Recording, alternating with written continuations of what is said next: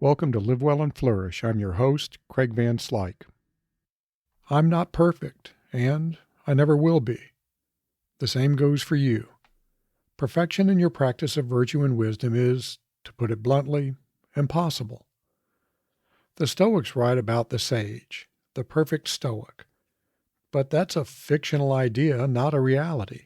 To be human is to be imperfect. So striving for perfection is striving for the impossible, and that makes perfectionism a source of ongoing frustration. Here's a trivial little story, kind of a metaphorical story, that might help me make my point. Years ago, I used to run the annual Daytona Beach 5K. I think it was a 5K. It was one of those point-to-point races where you started at one point and ended at another. I think we ended at the boardwalk.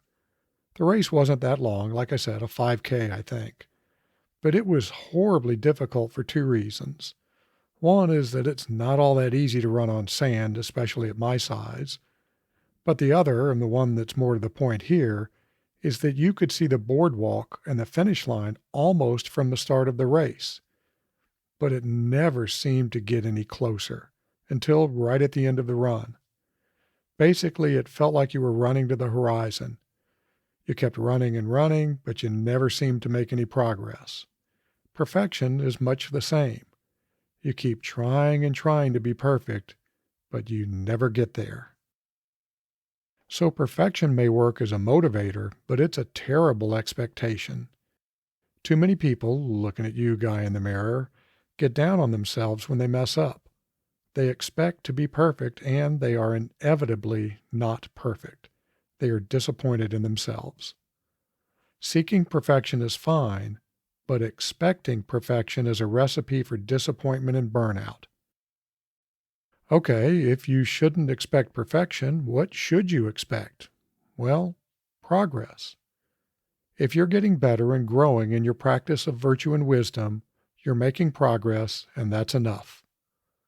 The idea is to strive for perfection in a healthy way, constantly evaluating and adjusting, but never expecting to be absolutely perfect.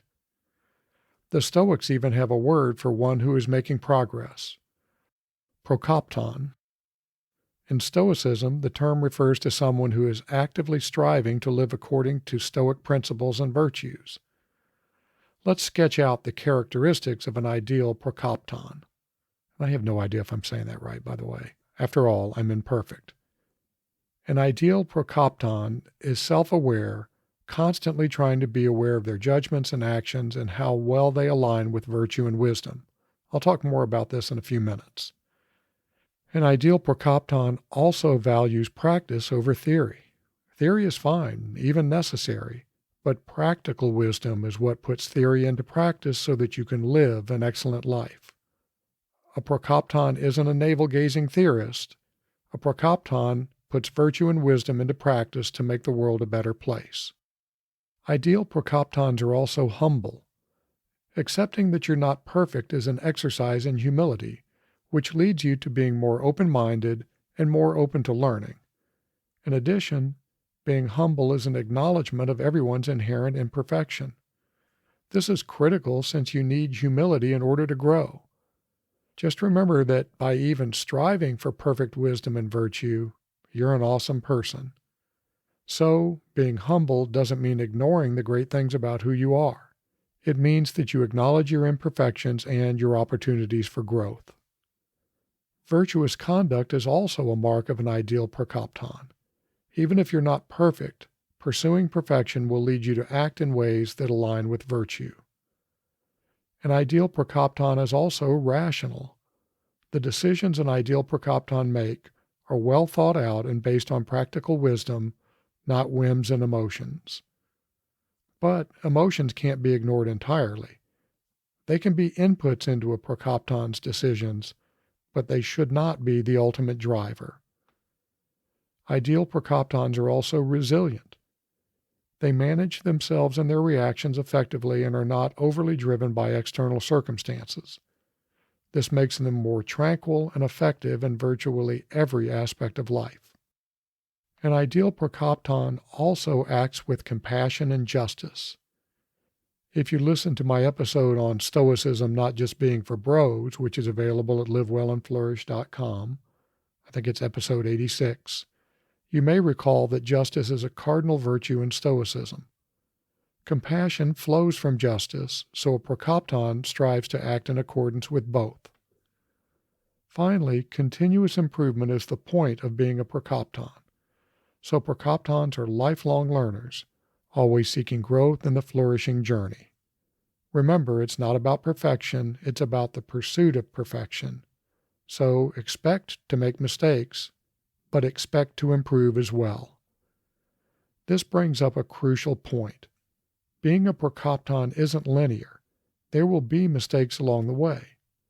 Procoptons don't get down on themselves for making mistakes. They just try to learn from them so that they can improve.